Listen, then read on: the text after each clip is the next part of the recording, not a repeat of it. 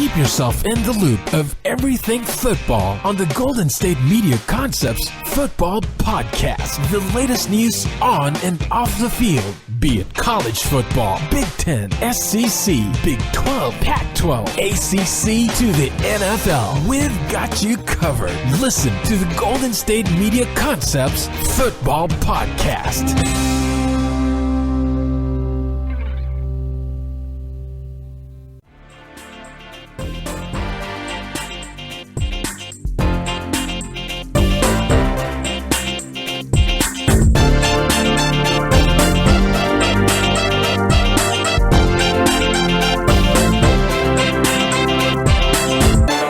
All right, and welcome to the GSMC Football Podcast. This episode is brought to you by the GSMC Podcast Network. And as always, I am your host, Jesse Tapia. All right, so let me tell you how today's show is going to go. Doing yesterday's show, talking about players to watch for and all that, gave me an idea. Why don't we make that a show? All right, so that's what today's show is going to be about. We're going to go with a different division each segment, kind of like how we did as far as talking about the teams themselves. But we're going to pick a couple of players from, or a few players, each segment from each division. From each division we're going to talk about. All right, we're going to do that today and tomorrow. So we'll be this is part one. Tomorrow will be part two. And let's see, what division should we start off with today? We'll go AFC East, AFC West, and then we'll do the NFC West and the NFC. Let's go with the NFC North. All right. Yeah, we'll do it that way. So we'll do those four divisions. We'll pick a few players each segment from each division, like I said, and we will I will give my thoughts on them. All right. So that's how it's going to go. It's a little nice concept. Also gives us something to talk about. But nonetheless, let's start off with the AFC East for this segment. All right. So let's see. Let's start off with Tom Brady. Okay. Tom Brady, 41 years old, and heading into his been in the league since 2001, so probably his 17th, 18th season. Okay, somewhere around there. Tom Brady last season won the MVP, looked great, made it to the Super Bowl, and lost. Okay. Pretty much played about as well as you could in that Super Bowl, but nonetheless, it just wasn't enough to beat the Eagles. All right. And basically, why I'm saying we need to watch out for Tom Brady is to see whether or not he takes a step down, which he just hasn't seemed to do. Okay. And how many more years does he have left in order to go out and get a Super Bowl? All right. Obviously, there's been a lot of talk about how much longer Tom Brady's going to want to play.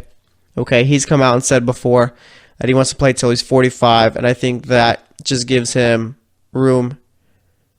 It gives him like a little deadline, you know? Gives him a deadline. If he wants to leave before that, he can, but nonetheless, that's it right there. Okay.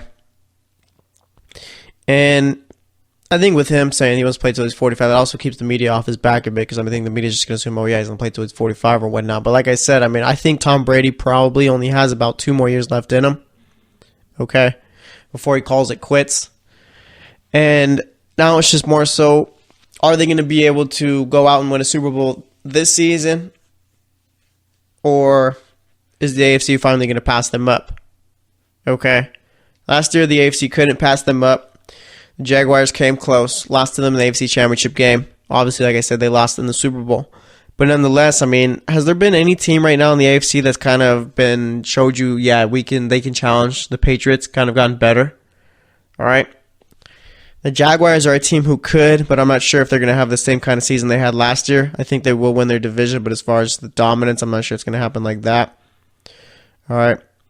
Then you had the Pittsburgh Steelers, where they probably are the biggest threat to the Patriots, but then again, the Steelers can't beat the Patriots. You got a couple other teams in the AFC South, like the Texans and Titans. I don't think they're on the Patriots level yet. The Chargers I think, who are the best team in the AFC West. They're a team who seemingly struggle against the Patriots. All right, and no one in the AFC East is going to be able to challenge them right now. So Tom Brady does have a good opportunity to go out and win a Super Bowl this year and next year. But like I said, it's just more so, is he going to take a step back as far as his play? Step down, I should say. And how much longer is this Super Bowl window? All right, and I guess it's open for as long as he wants it to be, but it's just more so how much longer is he going to be playing. So Tom Brady definitely is a player to watch for this season. Let's see. How about Teddy Bridgewater for the Jets? Okay. Teddy Bridgewater obviously was drafted by the Vikings years ago. About 3 years ago, something. Yeah, about 4 years ago, I believe. Okay. First 2 seasons, played well. After that, he busts up his knee. Pretty much about as bad as injury as you could get. Wasn't sure if he'd be able to play again. Okay. The Vikings bring in Sam Bradford. He's all right in his first season. They don't really do too much. Next season, Sam Bradford's supposed to be a starter once again. He gets hurt. Case Keenum comes in and leads them to the NFC Championship. Okay. Teddy Bridgewater was able to play, but Mike Zimmer decided, you know what, we're going to go with Case Keenum as our starter. And that whole little situation was weird, just given the fact that Mike Zimmer never really committed to a quarterback. Okay. But nonetheless, as the rest of the season progressed, Keenum was the guy. All right. So after his injury, Teddy Bridgewater never really got a shot with the Vikings to prove himself once again. And now it's just more so he's looking for that opportunity. Okay. And it's going to be tough to get it on a Jets team where you got Josh McCown, who is signed for $10 million this season, whereas you're only signed for about $2 million, I believe. And then you get the Jets, who took a quarterback with the 3rd pick of the draft. Okay. Obviously, that doesn't bode well for Teddy Bridgewater to be there long term. Okay. And I think more so this is a season where it's basically him giving a tryout. Okay. Or him participating in a tryout, I should say.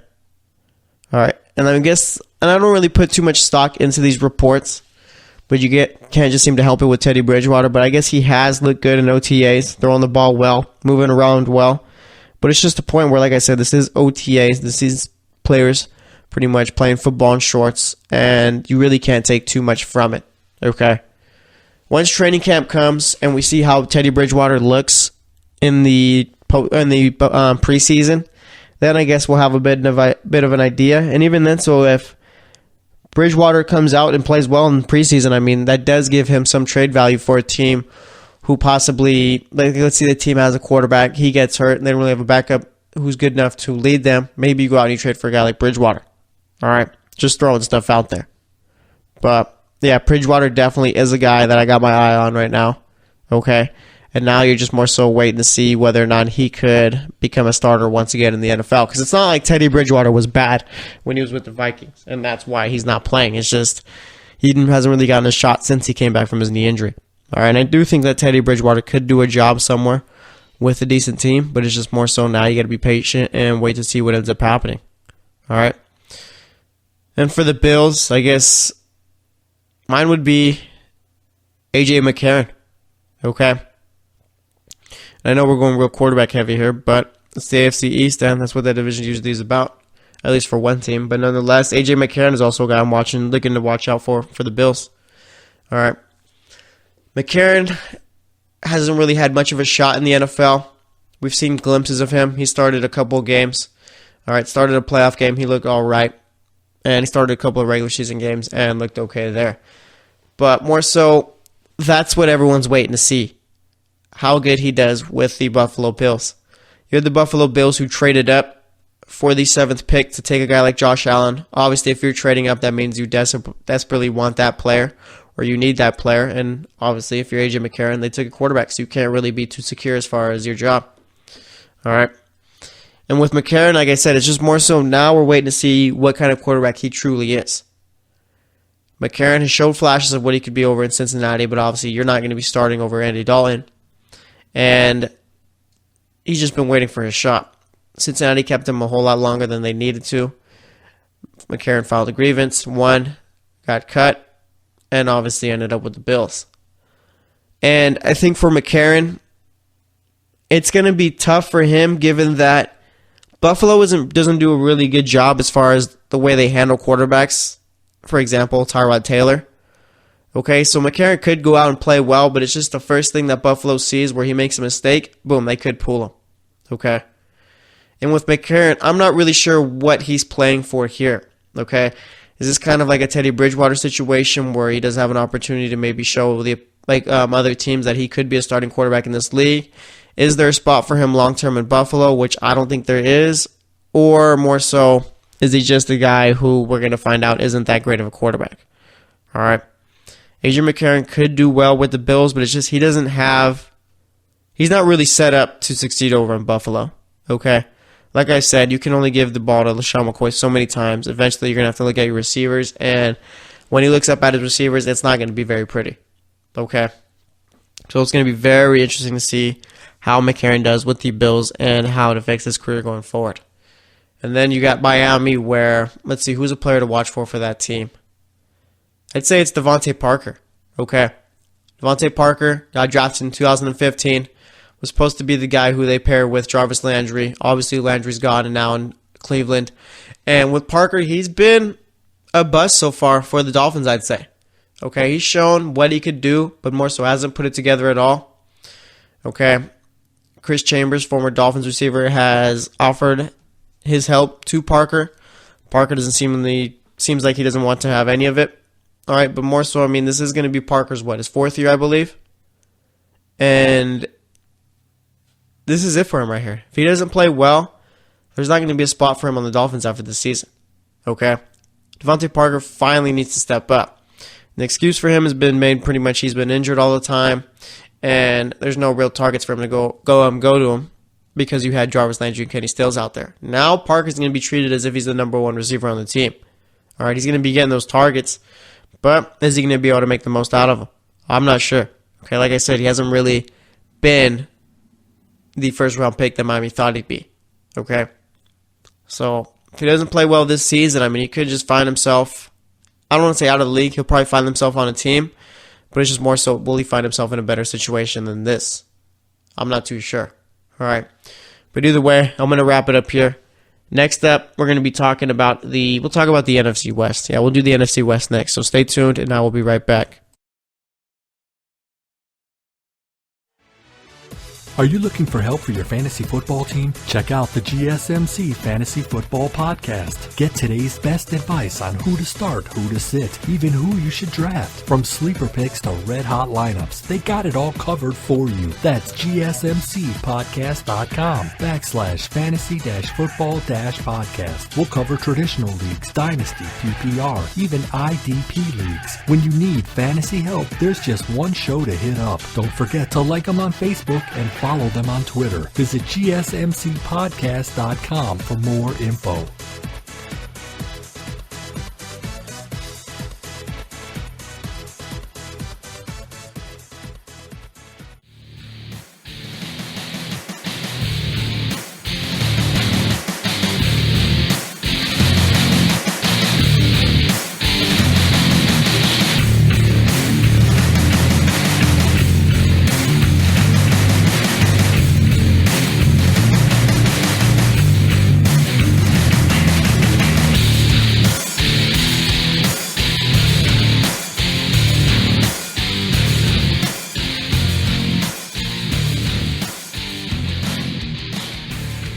All right, and welcome back to the GSMC Football Podcast. We spent that first segment talking about intriguing players to watch for in the AFC East. Doesn't have to be guys who are poised for a breakout season or anything like that, but more so just guys who got storylines surrounding them coming into the season.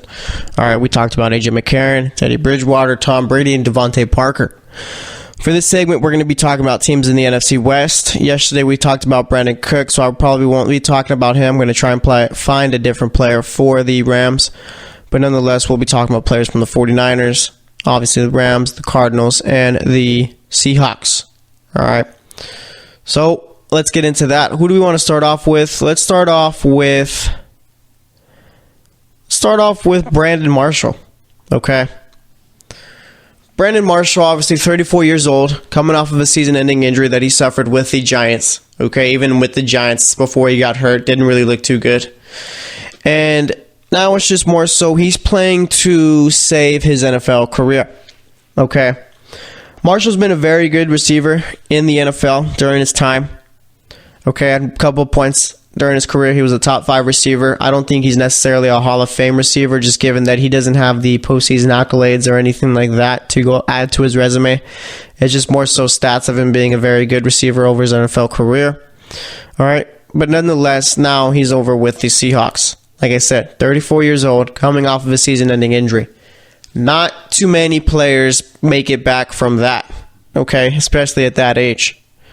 Marshall is one bad season away from being out of the NFL altogether, okay? People may think maybe he could be a guy you add in training camp next season. If he doesn't really work out with the Seahawks and Russell Wilson, what makes you think that a team is going to look at him and say, well, I mean, he didn't work out here. Maybe we could do something with him, where Seattle's got a top 5 quarterback and a top 5 coach, okay? And going into the season, I think it's just more so what we're expecting from a guy like Brandon Marshall. Do you expect him to come out and have near 100 receptions and over 1,500 yards? We expected him maybe to catch around 70 passes and barely break 1,000 yards? I'm not sure. Okay. Seattle obviously does have talent with Russell Wilson, and when you got a guy like Russell Wilson on your team, you're always going to have an opportunity to elevate your play and win ball games. But it's a point where last time Brandon Marshall had a solid season was back in 2015, 2016, which was his final year with the Jets. He was underwhelming. Then you move on to the Giants, like I said, and you get hurt. Okay. So he is about a couple of years removed from one of his best seasons, probably the second best season of his career. Okay. But like I said, he's definitely going to be a guy to watch for. I'm not really sure what his production is going to look like, just given the fact that they do have Doug Baldwin there, and Doug Baldwin is the number 1 receiver on that team. All right. But I do think that Brandon Marshall could do well. And it's just a point where he signed a 1-year, $2 million max deal with the Seahawks. Do you really see a place for him with that team after this season? All right. I'm curious to see what the plan is here. All right. Because, I mean, he's only getting older. He's already old for being a guy in the NFL. How much longer can you keep him around? All right. But like I said, if he does come out and he does play well, maybe you could give him a 2-year deal after that. Or we'll find a team who's willing to take him on. Okay. But like I said, it just usually doesn't end too well for these old players, especially a receiver. All right. Nonetheless, if there's anyone who could do it, I'd say it's probably Brandon Marshall. Okay. Plus, with Russell Wilson throwing the ball, he should be doing pretty well. So let's see. We talked about Brandon Marshall. Let's talk about Ndamukong Suh of the Rams. Okay. Obviously, coming into his first season with the Rams, spent a couple of seasons with Miami. That didn't necessarily work out. I mean, he still played really well with that team and was one of the best defensive tackles, but didn't really get to the playoffs like I assume he wanted to, given that he was in Detroit and they weren't really spending too much time in there. All right. And, I mean, he did get paid. Now he's with the Rams. What is this production going to look like? Okay, playing next to Aaron Donald.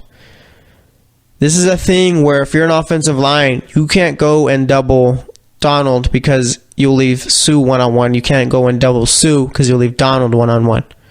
All right. And you can't double them both. Is their production going to elevate because of each other?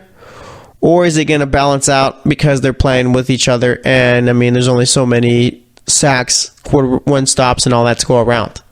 All right. And is this something that's going to be able to work at the very least? Okay. The Rams have a good enough secondary to where they can buy the D-line some time. And more so, I'm just waiting to see. I mean, like I said, Sue's only got a 1-year deal with the Rams. Okay. And Aaron Donald wants to get paid. I don't think you can go out and pay them both. I think that this is a win now move for the Rams, bringing in Sue for only 1 year. And let's say that Sue plays well. Where does he end up after this season? Okay. Would he be back with the Rams, which I don't really see happening? Or is he going to go to another contender? All right. And like I said, I mean, there's no guarantee that this is going to work. I don't think we've ever had the top 2 defensive tackles in the league playing next to each other. All right. And as far as the Rams go, I mean, they did a lot this offseason. I'll give them that. Bringing in Marcus Peters, Aqib Talib, and Ndamukong Suh and Brandon Cooks. That's a whole lot of new faces there. It's a whole lot of talent, too. And I don't think we've necessarily always seen this work out. All right, usually it's just too many good players, too many great players for one team. All right, egos get in the way. Is this something that's going to work out for the Rams? I'm not sure. It didn't work out for the Eagles. Did not work out for the Dolphins, and normally never really works out for the offseason champs. And there's no doubt in my mind that the Rams are the offseason champs of this season, this offseason. Okay. So, I mean, like I said, that is a whole lot of new players around there. But a different thing with the Rams is that they already did have a decent team a good team before they brought these guys in. Okay. And I guess just adding them now is just more so filling out needs rather than just adding guys to add them. All right. So we'll see what ends up happening. We're definitely looking out for Ndamukong Suh. Then let's head over to Arizona. I guess David Johnson's the guy to watch for. Okay. You could say Sam Bradford, but I feel we spent a lot on quarterbacks in the last segment, so we're going to go more so with the other position players. David Johnson. All right. Carson Palmer's not going to be there. I'm sure that with Sam Bradford being the starting quarterback for to however long I guess he isn't for the Cardinals, I don't think that teams are really going to be sending out too many defensive backs to stop Sam Bradford. Okay? I think we're going to be seeing a lot of teams stack the box against this Cardinals team, and I'm curious to see how David Johnson deals with it. Last season, missed the entire year with a hand injury. All right, I believe he fractured his hand or whatnot, something close to that. And now he's going to be coming into this season. Like I said, you don't have a quarterback as skilled as Carson Palmer there anymore. All right. I mean, last year the Cardinals did end up going 8-8 with Palmer missing most of the year, or at least half of the year. But nonetheless, like I said, they are going to be stocking the box against David Johnson, and I think it is going to be a bit difficult for him to get past all that. All right. But nonetheless, there's a couple of intriguing players on the Cardinals. I mean, like I said, Sam Bradford's one of them. All right. And Sam Bradford's kind of like in that A.J. McCarron. I don't know. Maybe he's more so like a Tyrod Taylor. We've seen that Sam Bradford could be a decent NFL quarterback. He's not really a guy that makes the guys around him. I don't think he necessarily leads to, like, he'll lead you to a win or whatnot. But they drafted Josh Rosen with the 10th pick. Okay. How much longer do we think that Sam Bradford's going to be with, like, how long do we think Sam Bradford's going to be with the Cardinals? How much longer do we think he's going to be in the NFL, honestly? Okay. Sam Bradford this is what, his fourth team, I believe? Played with the Rams, the Eagles, the Vikings, and now the Cardinals. So he has fourth team. And, I mean, how many more are going to take him up? Okay. How many more teams want Sam Bradford? I mean, the guy really hasn't done much since he's been in the league. He's always been injured.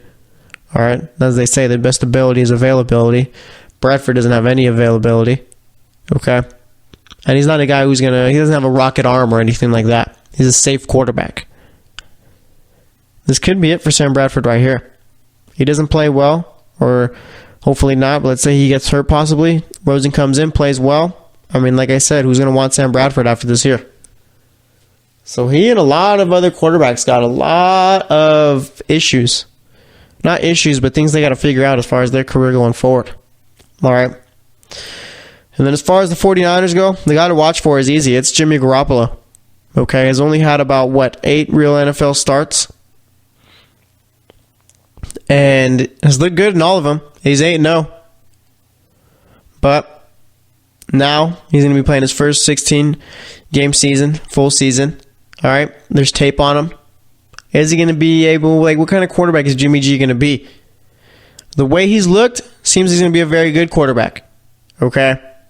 I would say so myself. If someone had asked me, what you think Jimmy Garoppolo is going to be a good quarterback for this team, I'd say yes. All right? He's shown that. But now, like I said, it's just been a small sample size. Now we're going to see how good he really is. All right? And the 49ers added Dante Pettis to be his number one receiver. I'm not sure how much I believe in that move. Of course, I'm not someone who's working in NFL front offices. Okay? But nonetheless, I mean, he doesn't really have a top running back. All right, people will point to Jerick McKinnon, but Jerick McKinnon never really became the top guy over in Minnesota. And when Peterson was done, they drafted Dalvin Cook to take over. And McKinnon was with the Vikings for a while. So if the Vikings didn't want him to be their top guy, then what does that say about him? Okay. I think McKinnon's a good running back. I just think he's the number one running back material. Okay. So, I mean, there is some questions as far as that offense, but now we're going to wait and see what Jimmy Garoppolo could actually do. I think there's a little bit too much hype tied to this team, and I think we need to temper expectations a bit. I think they're an 8-8 team right now, a team who could go somewhere around there, and I think them being good is going to come within the next couple of years as far as making the playoffs and all that. I think they got to wait one more year, and I don't think they're ready this year. But nonetheless, Jimmy Garoppolo definitely is a guy to watch for, just given because, I mean, there's so much hype around him. All right, got a big money contract with the 49ers, and he hasn't really even done much so far in his career. So we'll see what ends up happening. But nonetheless, we're going to wrap it up here. Next up, we'll be talking about the AFC West, so stay tuned, and I will be right back.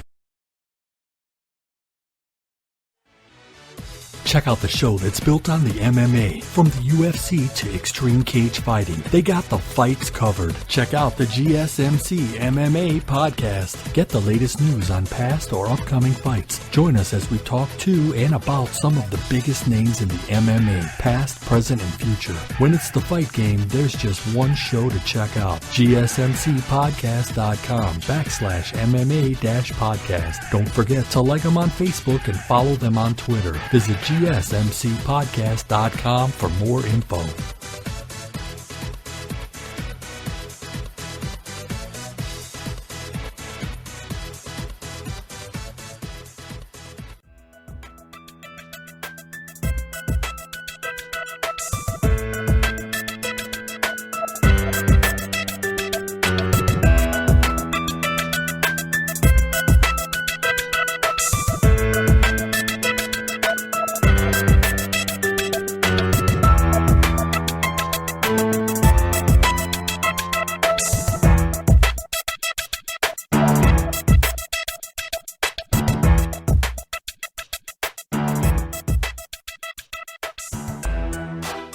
All right, and welcome back to the GSMC Football Podcast.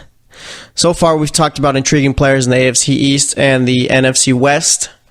For the AFC East part of the first segment, we talked about Devontae Parker, Tom Brady, AJ McCarron, and Teddy Bridgewater. Second segment, we talked Jimmy Garoppolo and Ndamukong Suh, David Johnson, Sam Bradford, and Brandon Marshall.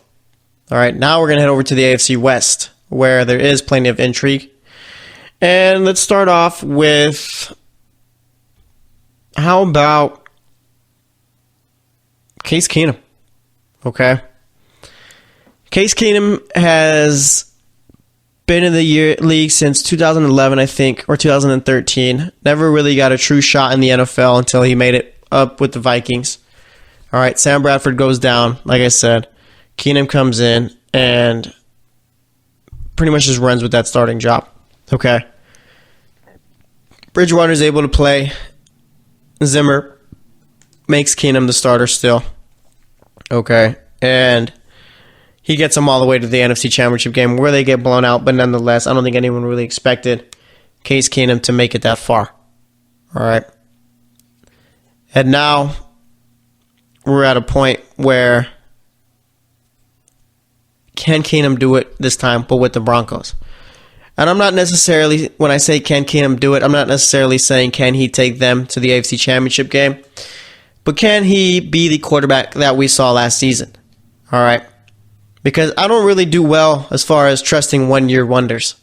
Okay, that's what Case Keenum is right now, one-year wonder. As good as he was, he's got to do it again. Okay, one season is not good enough. And the Broncos here are going out on a limb as far as making Keenum their starting quarterback.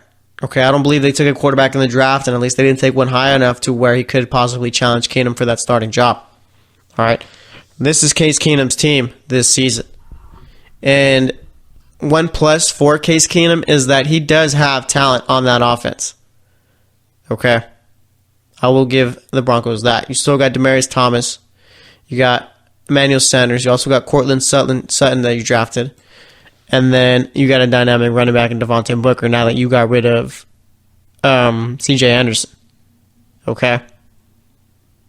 And you also drafted Royce Freeman, running back out of Oregon in the 3rd round. So that could be a guy that helps out also with Devontae Booker. Okay? Looking at the defense, I mean, with the 5th pick of the 1st round, you take Bradley Chubb. Having Bradley Chubb and Von Miller on opposite sides of the defensive line isn't necessarily a bad thing. If anything, it probably might be one of the best DN duos in the league this season. Okay? You still got Chris Harris, Bradley Roby, who should be a very good cornerback. Okay? And it's just more so I think the Broncos are a little bit worried about their linebackers, but I think their linebackers should be fine. All right? The Broncos do have a good team. This season just solely falls on the quarterback play. If Case Keenum plays well, the Broncos could be a team who wins the division and can go far in the playoffs. All right? Because I still do think that they have a very good defense. It's just more so they can't be on the field the entire time like they were the last 2 years. Okay? And I think that the AFC is a lot weaker than the NFC, so Keenum's not going to have to see a team like the Eagles at all in the playoffs. All right, the Patriots are without a doubt probably right now the best team, but nonetheless, I can see a scenario where if these teams met in the playoffs, Keenum's playing well, Broncos could win. Okay, and as far as how I think Keenum's going to do this season, I couldn't honestly tell you. If I had to make a choice, I'd say that he's going to play well, but not as well as he did last season. Okay? And that's not necessarily a bad thing given the fact that he did play extremely well with the Vikings. It'd just be a little step down. Okay, but one where the Broncos still could be a decent team this season and could make the playoffs, whether it be the wild card or the AFC West division title. Okay? But nonetheless, without a doubt, Keenum is the guy I'm very much intrigued as far as watching. Okay? I'm not like his biggest fan or anything like that, but I think he will do well. It's just kind of like I said, you can't trust the one-year wonders. All right. So Keenum, definitely a guy to watch out for. Let's see. As far as the Raiders go, of course, the easy one would be Derek Carr. But how about Amari Cooper? Okay. Amari Cooper should be a very good receiver. Okay. He pretty much built like he should be a top 10 receiver in the league. His rookie year, 2015, he catches 72 passes, over 1,000 yards, 6 touchdowns. 2016, catches 83 passes, over 1,100 yards, 5 touchdowns. And then this past year, he catches only 48 passes, has 680 yards. Does have a career high in touchdowns, but nonetheless, you saw the receptions and yards. It wasn't great. Okay? And Cooper had a very, very poor season because I think due to drops, and I just think that he just wasn't at his best for some reason. But I do think drops was a big part of his poor season. Okay? And that's been a big problem with him since he's come into the league, is that he's not the best as far as catching the ball. As odd as that sounds, since he's a receiver. All right? He's got the tools to be a receiver who runs his routes well, is quick, all right, can get past his corners, create separation and all, but just he's got to catch the ball. Okay? And now the Raiders are adding Jordy Nelson and Martavis Bryant after getting rid of Michael Crabtree. I'm not really sure how I feel about Jordy Nelson. I don't necessarily think he's that good of a receiver anymore. I just think he's old in age right now. And as far as Martavis Bryant, that might just be a guy who takes away targets from Amari Cooper. Okay? Martavis Bryant does have all the tools of being a great receiver. It's just that he needs to keep his head on straight. Okay, last season didn't really do too well to Steelers. Now he's in a new place with the Raiders. Maybe he could work out there. Okay. Plus you got a guy like Derek Carr who could throw the ball extremely well. I mean, you can only go from anywhere up. All right. I don't know. I might be discrediting Jordy Nelson a bit. Last year he didn't look good at all, but nonetheless, I mean, he was playing with Brett Hundley. Because the year before that, he caught 97 passes for over 1,200 yards and 14 touchdowns, which was the second highest of his career. I might be downplaying Jordy Nelson a bit. Jordy Nelson might actually be a very good receiver still. He's only been in the league since 2008, so he's only played about, I think this would be, his 10th year? Let me see, actually, last year was his 10th year, since you're counting 2008. So I'd say this would be his 11th year right now. I mean, he still can do a job. Let's see, how old is Jordy Nelson? I might just think he's older than what he is, too. All right. But nonetheless, I mean, yeah, as far as Amari Cooper goes, he's going to have to really step it up or else the team's going to pass him by. Okay, John Gruden doesn't really seem like the guy who is going to try and force his receiver to play well. If you're not playing well, it's moving on to the next one. Jordy Nelson is 33, so he is pretty old. Okay, so I do have a case there. But nonetheless, yeah, definitely, Amari Cooper, definitely a guy to watch for. As far as the Chiefs go, Patrick Mahomes would be an easy one to talk about. Let's see, anyone else?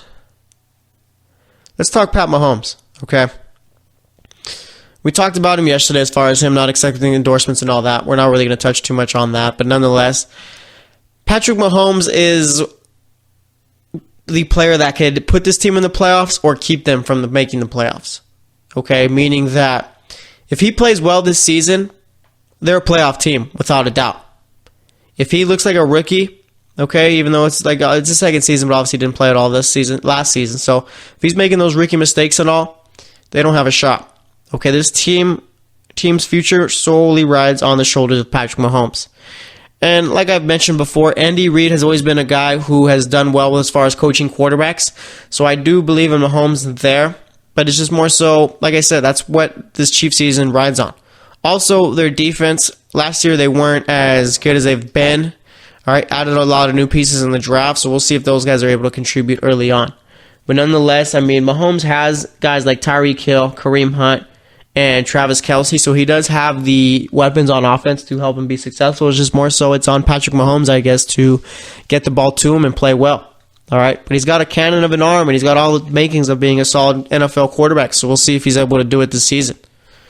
All right, and then heading over to the Chargers, I guess, I don't know, it's just the team. Watching out for the team. That's who you got to watch out for right here. All right. I mean, you could say Phillip Rivers, Melvin Gordon, or whatnot, but it's just they got a lot of real solid, good players on this team, and it's just a point of now they need to make some noise in the playoffs. Okay. I think right now this is the best all-around team in the AFC West and probably one of the best all-around teams in the AFC itself. But it's just more so Phillip Rivers has got to find a way to get it done. They needed to win the division, and they needed to do something in the playoffs finally. Okay. I think they're past the years of having their Super Bowl window being open, but at least go out and finish a game rather than losing in the last few minutes. All right. Last year, the Chargers nearly made the playoffs, barely missed out, and I think this year is the year where they'll find themselves back. But it's just more so, like I said, they got to finally do something in the playoffs, and maybe they need to make the Super Bowl. All right. Phillip Rivers, I mean, is still a very good quarterback in the league, so we'll see what ends up happening with them. But yeah, there's not real one player I'm set on watching as far as the Chargers, the team itself. I want to see how they do. All right. The AFC West is a very tricky division. It could be a very good division given if Patrick Mahomes and Case Keenum play well. Maybe John Gruden knows what he's doing as far as coaching the Raiders. I mean, who knows? All right. But nonetheless, like I said, the Chargers, there's no real player, one player I'm focusing on. It's the team itself. So we'll see what ends up happening. But I'm going to wrap it up here. Next up, like I said, we'll be talking about the NFC North. So stay tuned, and I will be right back. Check out the show built around the women of MMA. From the UFC to the extreme cage fighting, we got the fights covered. Listen. It's the Golden State Media Concepts Women's MMA Podcast. The latest news of upcoming fights, discussions of previous matches. Join us as we talk to and about the biggest names in women's mixed martial arts. Past, present, and future. When it's the women's fight game, you know where to listen to. The Golden State Media Concepts Women's MMA Podcast.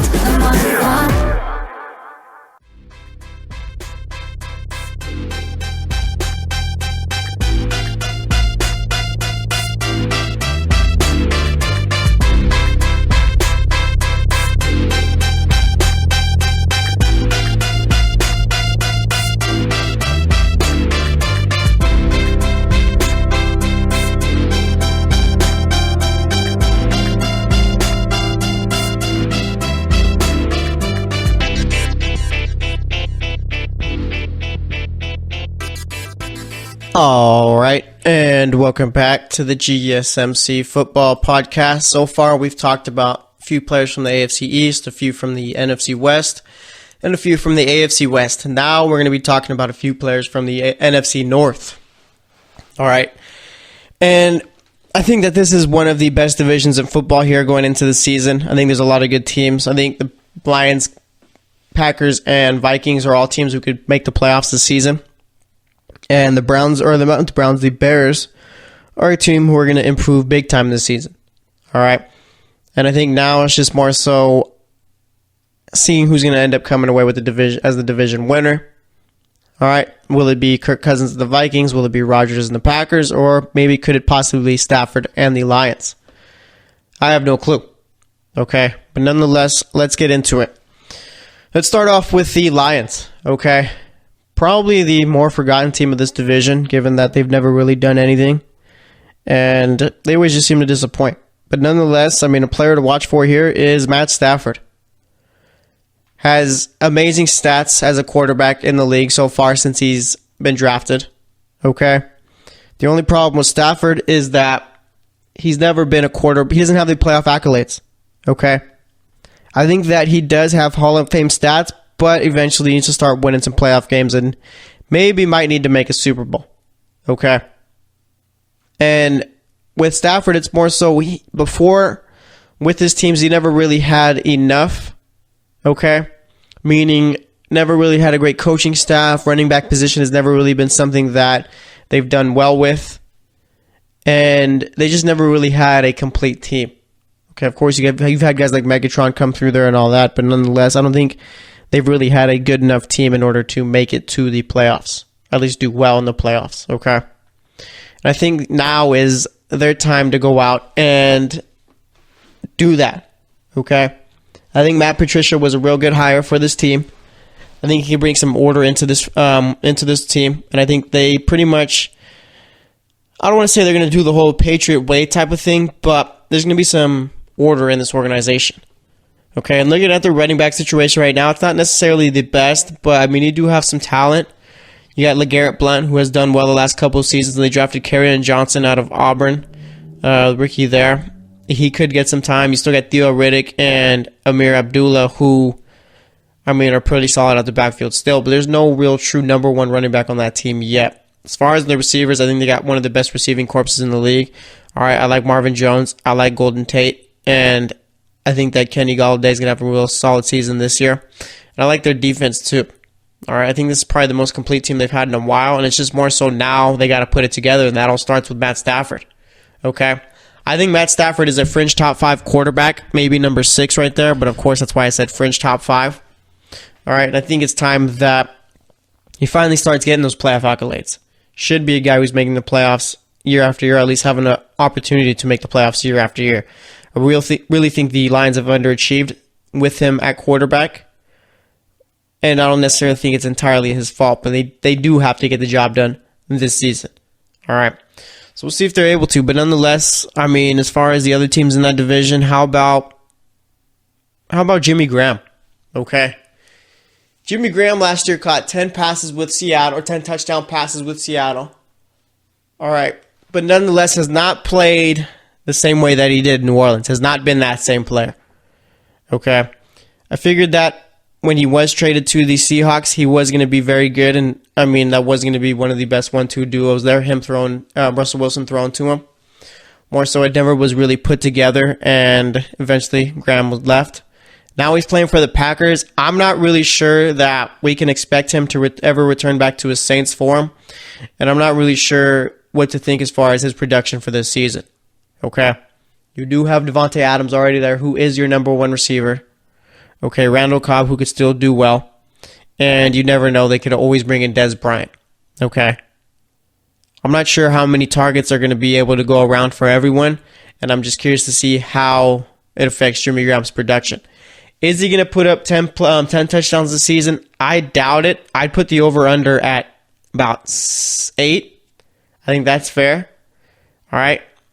And I think, I don't know, it's a possibility. It just depends how much Aaron Rodgers looks for him in the red zone.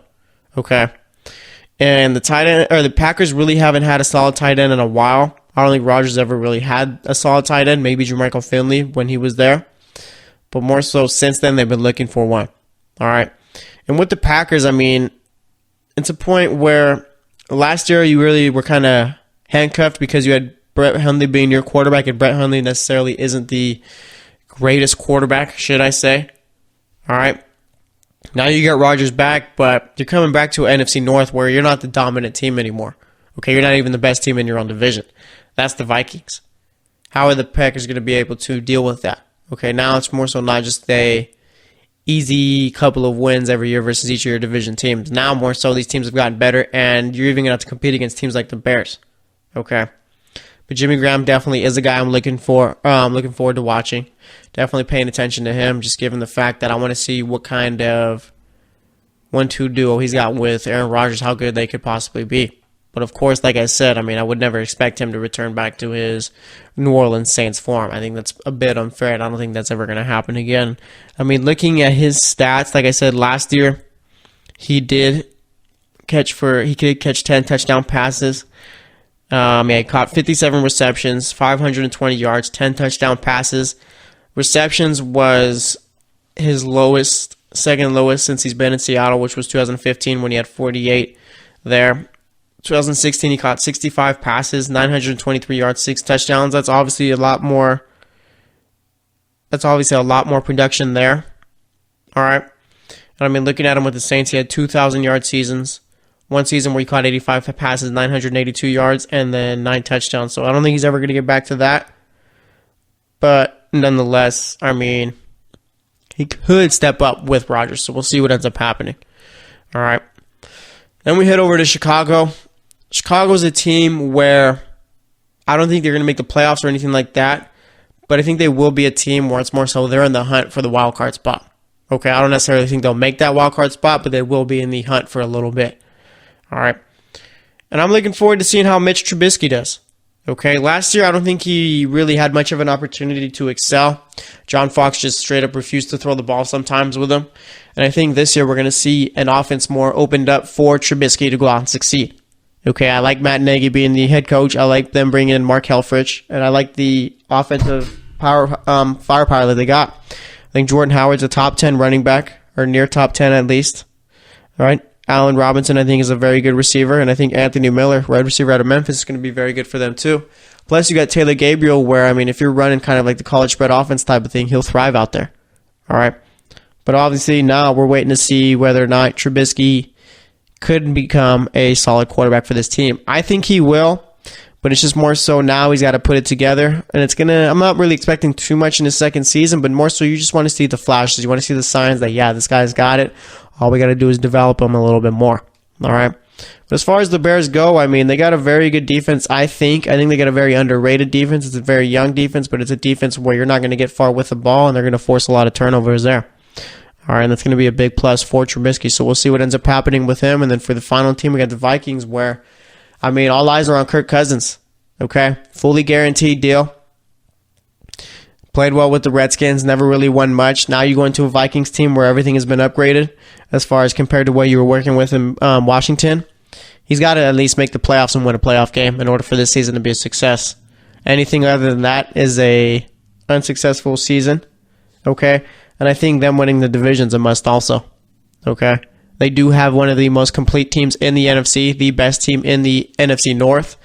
And I think that Kirk Cousins pretty much has to go out and be as good as he's been with Washington, if not better. Okay, you're going from throwing to Josh Dotson and Jamison Crowder to throwing to Adam Thielen and Stephon Diggs. You got Dalvin Cook as your running back, and you have a defense way better than anything you've had over in Washington.